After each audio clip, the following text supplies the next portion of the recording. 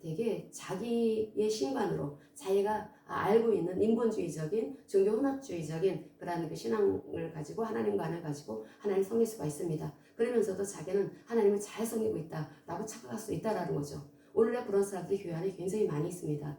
그렇기 때문에 우리는 이 말씀을 통해서 우리가 하나님을 섬기는 것이 어떤 것인지를 알기 위해 말씀에 주목할 필요가 있습니다. 그래서 하나님께서 정말 중요한 지식이 세상 지식이 아니다. 세상 지식보다 더 중요한 것이 바로 하나님의 말씀이다. 하나님의 말씀을 통해서 우리가 영적인 지식을 알아야 된다라고 말씀을 하고 있습니다. 그러니까 이 영적인 지식은 바로 우리의 운명과 삶 전체, 우리의 삶 전체를 결정짓는 가장 중대한, 아주 중요한 지식이 바로 영적인 지식입니다. 그래서 하나님께서 욥기서에 보면은 우리 욥기서 오늘 본문 말씀 함께 읽겠습니다. 38장 2절 같이 보겠습니다. 38장 2절.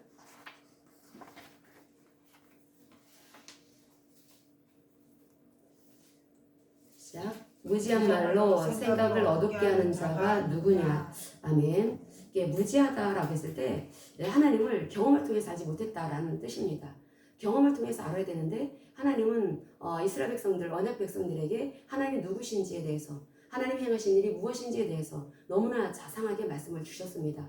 그리고 그 말씀을 통해서 이스라엘 백성들이 해야 될 일은 하나님 앞에 엎드리게 된다는 거죠. 그 말씀을 통해서 하나님이 창조주 되신가, 하나님의 구원자 되심을 알게 된다면 하나님 앞에 사람은 낮아질 수밖에 없습니다. 자기는 피조물에 지나지 않는다라고 하는 걸 알게 되고, 그리고 그런 사람을, 죄 가운데 살던 나를 하나님은 건져주셨구나. 그래서 우리를 노예살이 하던 우리를 하나님께서 이집트에서 빼내주셨구나 라고 하는 그 사실을 안다면 그 하나님 앞에 엎드릴 수밖에 없고 하나님을 경외할 수밖에 없다라는 거죠. 하나님은 그 말씀을 통해서 우리가 하나님을 경외하기를 원하십니다. 그래서 하나님을 알면 알수록 우리는 더 믿음을 하나님 앞에 둘 수밖에 없는 것이고, 그래서 하나님을 아는데 그냥 피상적으로 아는 걸 말하는 게 아니죠. 하나님의 말씀을 백날 천날 읽었다 하더라도, 백독천독을 했다 하더라도 말씀을 살아내지 않으면 하나님 모릅니다. 하나님을 항상 체험적으로 알기 위해서는 여기에서 이 야다라고 하는 말을 원래 원어로 쓰는데 이 무지할 때 이것이 이 다트라고 하는 말, 이 무지한이라고 하는 단어, 그러니까 뺄리 다트라고 하는 이 말에 이 다트라고 하는 이 말은 보다 알다, 체험적으로 알다, 경험적으로 알다. 이게 바로 그 야다라고 하는 말, 하나님을 경험적으로 아는 그러한 야다라고 하는 말에서 유리한 것을 볼 수가 있습니다. 근데 하나님을 경험적으로 알면서 그렇게 경험적으로 하나님을 알게 되면 하나님 앞에 믿음을 둘 수밖에 없고 하나님을 더 경외할 수밖에 없습니다.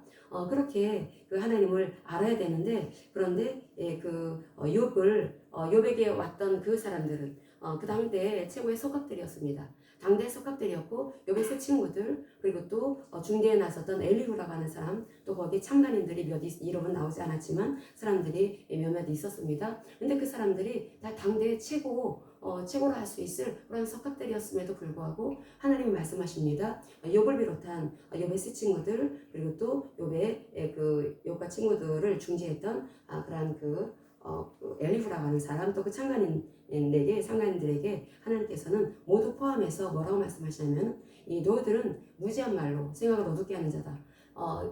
너희들 하나님을 알지 못하기 때문에, 하나님을 체험적으로 알지 못하기 때문에 너희들의 생각이 어둡다라고 말씀을 하고 있습니다. 이 생각이 어둡다라고 하는 것은 하나님의 의도를 알지 못한다라는 거죠. 하나님의 뜻을 알지 못하고 있다라는 것입니다.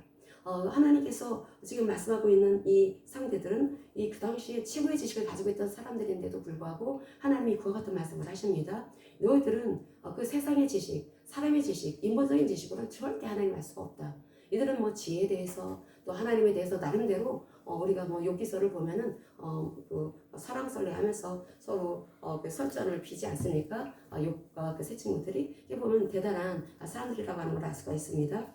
그런데 하나님은 이들이 하나님을 모른다라고 말씀을 하십니다. 세상의 지식으로 하나님을 알 수 없다라는 거죠. 하나님은 우리가 하나님을 체험적으로 알 수 있는 것이고, 이 체험적으로 도대체 어떻게 알 수가 있을까? 물론 기도를 통해서 하나님이 어떤 하나님인지 알 수가 있습니다. 또 하나님의 임재를 체험할 수가 있습니다. 그런데 사실 다른 종교도 그런 체험합니다. 보통 타 종교에서도 그런 영적인 체험이 있기 때문에 그게 빠져든다라는 거죠. 그래서 우리가 하나님을 제대로 알기 위해서는 말씀을 통해서 알아야 합니다. 말씀을 살아냄을 통해서 알아야 된다라는 거죠. 그래서 이 말씀을 우리가 구약시대의 사람들은 말씀 한 말씀 한 말씀을 까딱해야 된다고 했습니다. 의뢰하고 의지해야 된다고 했죠. 그러면 그 말씀을 통해서 하나님과 연합이 이루어지게 되고, 연합이 이루어지게 됨으로써 더 하나님을 의지하게 되면서 하나님이 그 구원해 주시는 참으로 놀라운 은혜를 체험할 수 있게 되는데, 그게 이게 참 쉽지가 않다는 겁니다. 근데 우리 구약의 성도들과 달리 우리들은 바로 예수 그리스도를 통해서 예수 그리스도와 우리가 연합되어진 상태이기 때문에 우리는 성령으로 인해서 말씀을 잘 지키며 살아갈 수가 있습니다. 하나님이 우리가 하나님 말씀이 어떤 말씀을 하나님께서는 우리에게 주고 계시는지 그 말씀을 통해서 하나님의 마음을 알게 되고, 그럼으로써 우리는 이 삶을 살아갈 때 이 세상에 이 선한 삶이 무엇인지 세상에 보이게 됩니다. 그래서 하나님께서 우리에게 그 새 생명을 주신 것은 세상에 빛의 사자로서, 빛의 자녀로서 하나님의 자녀가 어떤 삶을 살아가는지 보이라고 그 새 생명을 주셨다라는 거죠. 이 하나님의 생명, 피어날 가운데 있는 하나님의 백성들에게 주신 주님 목숨 바쳐서 하나님이 생명 바쳐서 주신 생명이 바로 우리가 가진 이 주의 생명입니다. 하나님의 생명입니다. 이 생명은 바로 그 에베소서에서도 말씀하고 있는 것처럼, 우리 에베소서 2장 보겠습니다. 에베소서 2장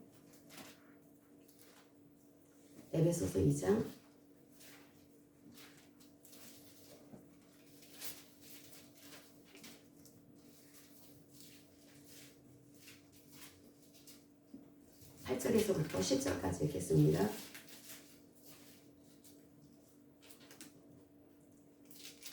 에베소서 2장 8절에서부터 10절 같이 있습니다. 너희는 그 은혜에 의하여 믿음으로 말미암아 구원을 받았으니 이것은 너희에게서 난 것이 아니요 하나님의 선물이라.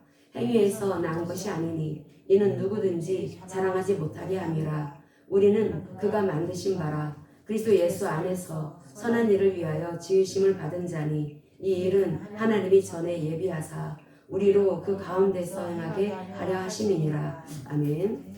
선한 일을 위해서 우리를 지으셨다라고 말씀을 하고 있습니다.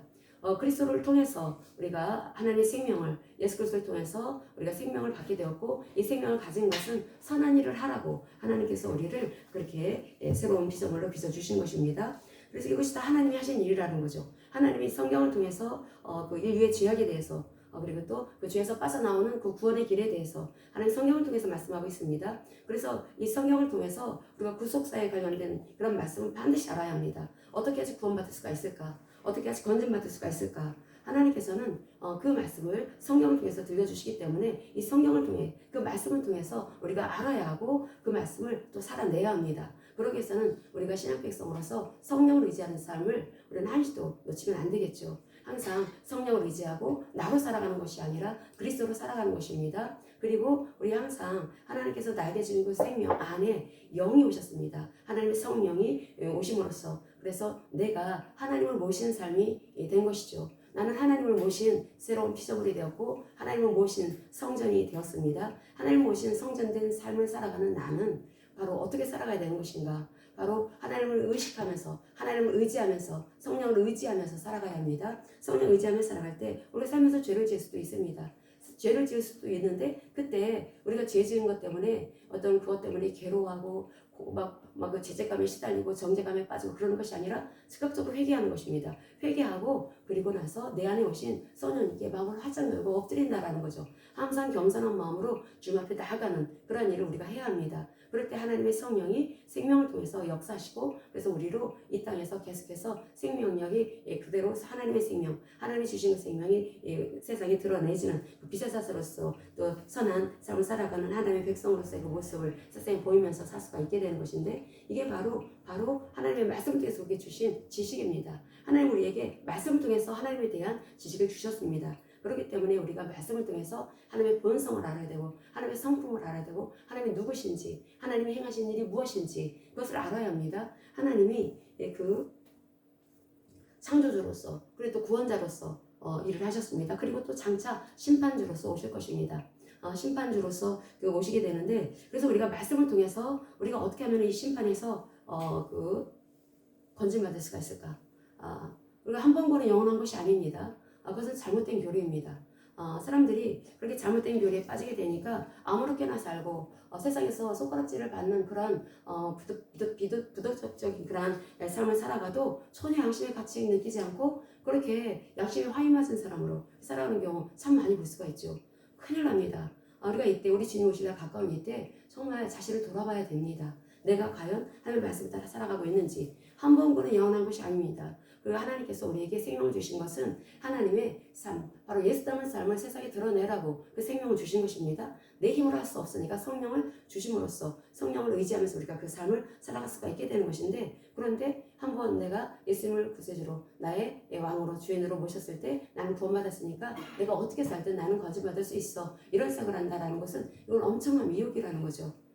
우리 주님이 지금 오시는 시간이 지금 발자국 소리가 들린다라고까지 얘기하고 있지 않습니까? 깨어 있어야 합니다. 아까 우리가 읽은 그 이사야서의 이 말씀에 이 벙어리 개들, 짖지 않는 개들, 파수꾼들이 자기 역할을 하지 않을 때 마치 짖지 않는 벙어리 개와 같다. 그럴 때 백성들이 준비를 해야 되는데 준비하지 못하게 막는다라는 거죠. 준비하지 못하게 하고 계속해서 미혹시킵니다. 하나님 언약 백성 절대로 망할 수 없어. 망하지 않아. 예루살렘에 하나님의 성전이기 때문에 절대 멸망하지 않아. 멸망한다고 하는 제사장뿐만 하는 저 인간들은 저 선지자들, 참된 선지자들이죠. 다 죽여라고 이렇게 말을 할 때 사람들이 거기에 그냥 다 휩쓸리는 걸 볼 수가 있습니다. 우리가 이때 과연 나는 어떤 삶을 살아가야 될 것인가? 나는 혹시 생각이 어두워지고 있지는 않은가? 나는 혹시 미혹되어 있지는 않는가? 항상 말씀을 통해서 살펴야 합니다. 우리는 항상 말씀을 통해서 자신 스스로를 돌아봐야 되고, 그래서 하나님의 그 말씀, 이 강단에서는 하나님의 말씀이 제대로 선포되어져야 된다라는 거죠. 복음의 바른 진리가 선포되어져야 합니다. 벙어리 개와 같이 이 이사야서 56장에서 말씀하고 있는 이 벙어리 개와 같은 파수꾼들이 많은 이러한 이 시대에 그렇게 그런 소리를 듣게 되면 다 죽는다라는 것입니다. 그래서 깨어나야 합니다. 깨어나서 그래서 나는 과연 하나님이 원하시는 삶을 살아가고 있는지, 나는 과연 하나님이 기뻐하시는 삶을 살아가고 있는지 항상 스스로를 돌아봐야 되는데, 이것이 나중에 시간 되면 하지, 지금 그럴 때가 아닙니다. 항상 돌아봐야 합니다. 우리가 지금 주님 곧 오실 날, 우리 주님이 오실 날이 가까워지고 있다라고 하는 것을 우리는 이 세상이 돌아가는 걸 보면서 알 수가 있습니다. 그 당시 이스라엘 백성들, 남유다가 망할 때, 그때 그 국제 정세를 보면은, 남유다도, 멸망할 날이 머지 않았구나. 그렇다면은, 하나님 언약 백성으로 해야 될 일이 무엇입니까? 모두 전 민족적으로 회개를 해야 된다라는 거죠. 모두 회개하고, 하나님 앞에 바른 삶을 살겠습니다.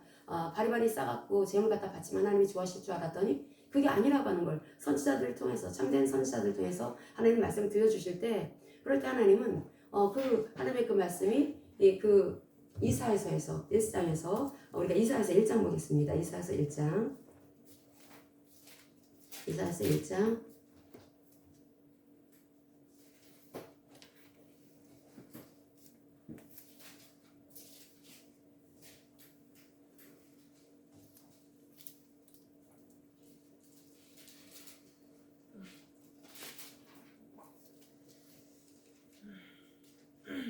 2절에서부터 3절 먼저 읽겠습니다. 2절에서 3절.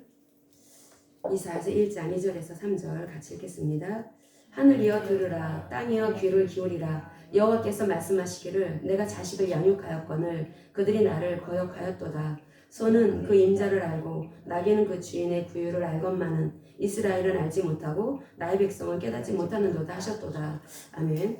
이스라엘 백성들은 이렇게 재물을 갖다 바치면 하나님이 좋아하실 거라고 생각을 했습니다.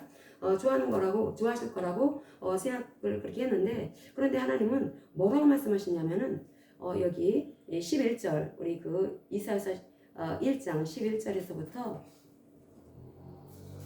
13절까지 읽겠습니다. 11절에서 13절. 여호와께서 말씀하시되 너희의 무수한 재물이 내게 무엇이 유익하뇨? 나는 순년의 번제와 살진 짐승의 기름에 배불렀고 나는 숫송아지나 어린 양이나 순념수의 피를 기뻐하지 아니하노라. 너희가 내 앞에 보이러 오니 이것을 누가 너희에게 요구하였느냐? 내 마당만 밟을 뿐이니라. 헛된 재물을 다시 가져오지 말라. 분향은 내가 가증히 여기는 바요. 월삭과 안식일과 대회로 모이는 것도 그러하니 성회와 아울러 악을 행하는 것을 내가 견디지 못하겠노라. 아멘.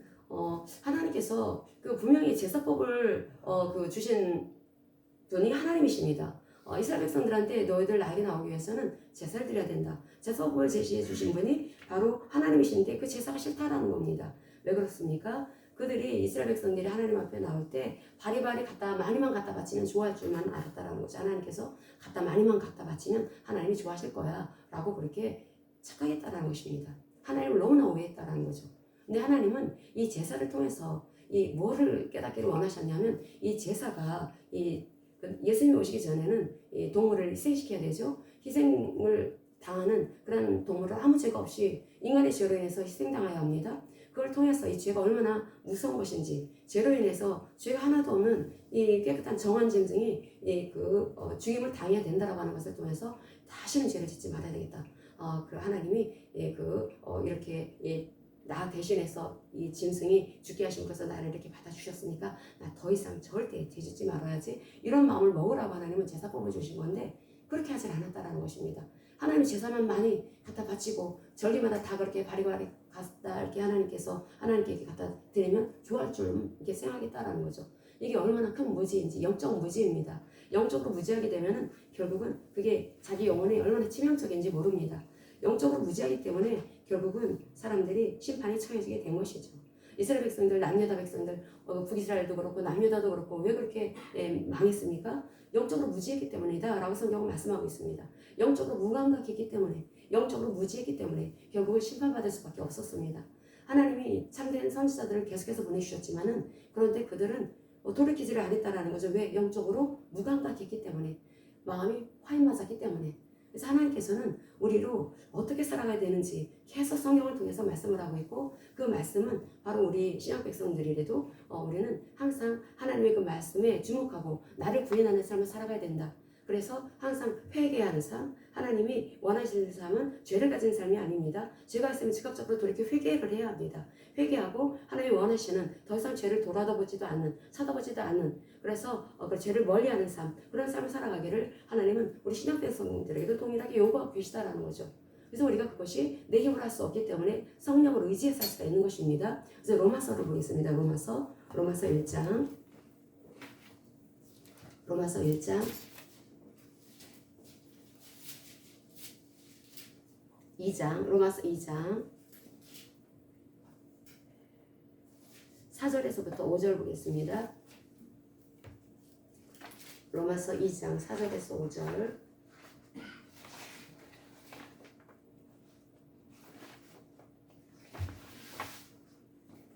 같이 읽겠습니다.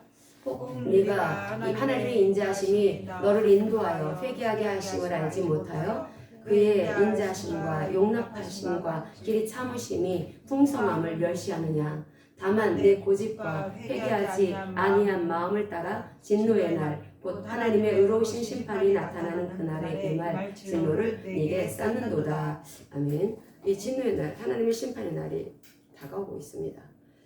이 진노의 날은 그 심판의 날을 말한 것이고, 하나님의 그 심판의 때에 그럼 뭐 교회 다니면 무조건 봐주나? 아니죠. 하나님 공의로우신 하나님이십니다. 공의로우신 하나님이시기 때문에 심판이 있다는 것입니다. 그래서 하나님께서는 우리가 우리가 구원을 얻은 백성들이고, 그럼 우리가 구원받은 백성이라면 어떻게 살아가야 되는지, 우리가 좁은 문에 들어가기를 힘써 지켜라, 애써라 라고 예수님은 말씀하고 있습니다. 그 길을 쉽지가 않기 때문에, 좁은 길이기 때문에, 좁은 문이기 때문에 힘써 지켜라 라고 말씀을 하고 있다는 거죠. 그런데 누가 해방을 합니까? 바로 나 자신입니다. 자기 자아라는 거죠. 자기 자아가 계속 하나님의 말씀 따르지 못하면 해방을 합니다. 그리고 자꾸 고집을 내세웁니다. 이 고집이라고 하는 게, 이게 나를 얼마나 하나님 앞에 바로 서지 못하게 무너뜨리는 주검인지, 이 고집, 내 안에 있는 이 고집, 혹시 그것이 어떤 모습으로 나타나는지를 살펴야 합니다. 이 고집이라고 하는 거, 하나님께서 우리에게 말씀을 주심으로써 그 말씀을 따라 살아갈 때 하나님의 참으로 놀라운 은혜와 하나님의 그 사랑, 하나님의 그 은총을 우리가 체험할 수가 있게 됩니다. 그런데 그렇게 살지를 못하는 이유가 무엇일까? 바로 내 고집 때문이다. 이 고집이라고 하는 것은 완악한 마음입니다. 이 완악한 마음으로 인해서 결국은 멸망하는 것입니다. 이 완악한 마음이 있기 때문에, 이 굳어진 마음이 있기 때문에 하나님의 마음이 두려지지 않습니다. 그것은 바로 이 완악한 마음, 이 굳은 마음으로 영적 경화증, 이 고집이라고 하는 것이 영적 경화증에 빠진 걸 말합니다. 이 동맥 경화증이 굉장히 무섭죠. 사람이 언제 어떻게 돌연사가 이렇게 일어나는 것이 동맥 경화증으로 인해서 돌연사가 일어난다. 라는 말을 들었습니다. 혈관을 막기 때문에. 그런 것처럼 이 고집이라고 하는 것이 영적 경화증을 말하는 것입니다. 영적 경화증에 빠지면 큰일 난다라는 거죠. 그래서 하나님 앞에 바로 살지 않는데도 불구하고 괜찮다고 생각합니다. 드러나지 않아서 그렇지 이게 이 동맥경화증이 언제 사람 죽일지 모릅니다. 이게 언제 핏줄을 피떡이 맞게 되면 쓰러지게 되고 그러다 보면 이게 죽을 수도 있죠. 영적 경화증에 빠지면 그렇게 될 수 있습니다. 그래서 하나님의 진노의 심판이 그래서 어느 순간 이 고집 피우는 그런 심령 안에 닥친다라는 거죠.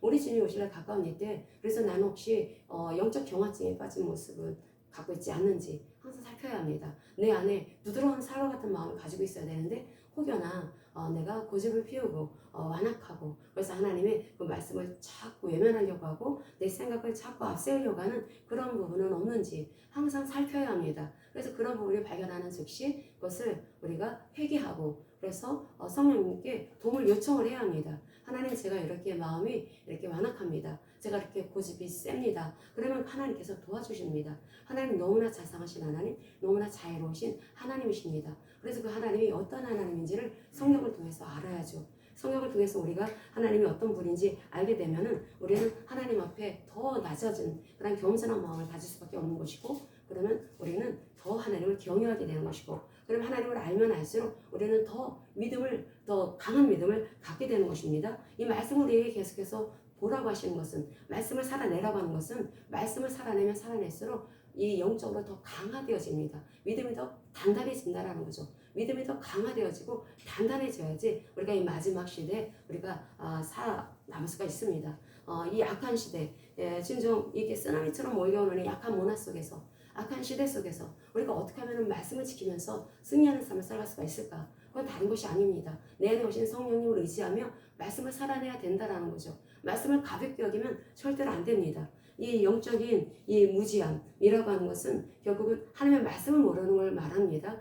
세상에서 어떤 지식을 모르는 걸 말하는 게 아닙니다. 세상에 이 지식, 그걸 엄청난 지식을 가지고 있는 욥의 이 세 친구를 비롯해서 욥의 또 엘리와 그 창간자들, 그런 사람들, 그 당대 최고의 석학들임에도 불구하고 하나님께서는 무지한 말로 생각을 어둡게 하는 자가 누구냐? 욥을 비롯해서 그와 같은 말씀을 하신 것은 인간의 지식은 소용이 없다라는 거죠. 하나님의 지식만이, 영적인 지식만이 우리를 살립니다. 영적인 지식을 가지고 있을 때 우리의 영혼이 계속해서 잘 되어지고 하나님이 내 안에서 사심으로써 하나님이 내 안에서 일을 하시는 그런 분명한 그런 증거들을 우리가 확인하게 되는 것이고 그럼으로써 그 영적 세계가 어떤 피상적인 세계가 아니라 어떤 기도를 통해서 어떤 것을 임재를 체험하고 어떤 놀라운 그런 환상을 보았다. 그것도 진정 제대로 기도를 했으면 그런 은혜도 옵니다.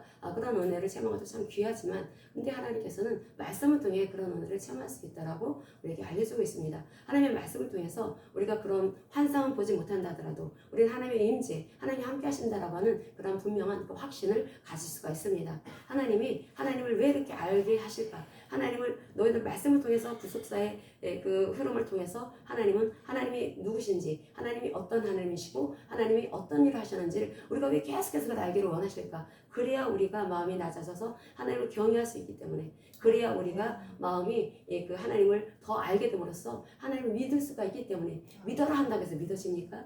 여러분 믿으십시오라고 하면 아멘 하지만 솔직히 말하면 그 마음속에서 과연 마음속에서 이게 이 속에서 터지는 마음으로 믿습니다라고 하면서 외치는 아멘이 과연 얼마나 될까? 이 아멘이라고 하는 것은 자기 양심이 못 속입니다. 여러분 하나님께서 이와 같은 말씀을 하시는데 믿습니까? 라고 하면 아멘 하면 그 사람들의 믿음을 말하는 것이 아닙니다. 그 아멘 소리가 하나님 중심을 보시는 하나님이십니다. 하나님 그 소리에 속지 않는다라고 말씀하고 있습니다. 하나님은 우리의 중심을 보시는 하나님이시고 하나님 우리의 어떤 입에서 나오는 소리에 속는 분이 아니다 라고 성경 분명히 알려주고 있습니다. 그렇기 때문에 우리는 항상 이 내면 관리를 해야 된다는 거죠. 여호와 하나님께서 우리의 심령을 지으신 분이시고 스가랴서의 말씀이죠. 그래서 심령을 지으신 그 하나님이 그 안에 계셔야 합니다. 그 안에 사람은 하나님의 형상으로 지어졌기 때문에 하나님이 그 안에 계셔야 합니다. 하나님이 계셔야지 하나님과 함께하는 삶을 통해서 하나님의 놀라운 축복, 하나님의 은혜, 하나님이 우리에게 베풀어 주시는 최고의 기쁨이 바로 이 평안입니다. 평안. 이 평안을 통해서 하나님을 알아감으로 통해서 우리가 새로운 소망을 갖게 되고, 그래서 아무리 전쟁 포화가 터지는 전쟁의 마르스라장 같은 그러한 폭격이 있는 그런 곳에 있다 할지라도 평안을 유지할 수 있는 것은 이 샬롬의 평안, 그것은 하나님이 함께 하시기 때문에 가능한 일이라는 거죠. 인본적인 평안은 절대 우리한테 그런 평안을 줄 수가 없습니다.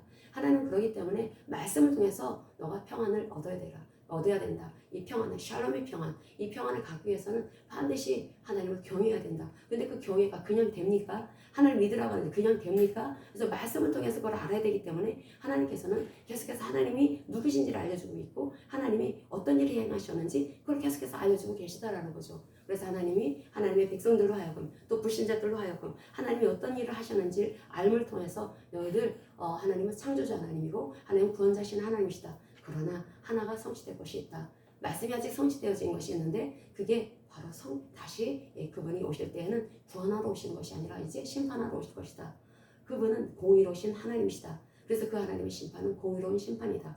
그래서 그것을 하나님께서는 우리를 통해서 세상이 알기를 원하신다라는 거죠. 그래서 교회의 일이 무엇입니까? 교회의 일은 다른 것이 아닙니다. 하나님께서 세상에 그것을 맡긴 것이 아니죠. 하나님이 누구신지, 하나님이 어떤 일을 하셨는지, 하나님의 지혜에 대해서, 하나님의 계획에 대해서, 하나님의 계시에 대해서 그것을 세상에 맡긴 것이 아니라 교회에 맡김으로써 교회가 그 일을 하기를 원하십니다.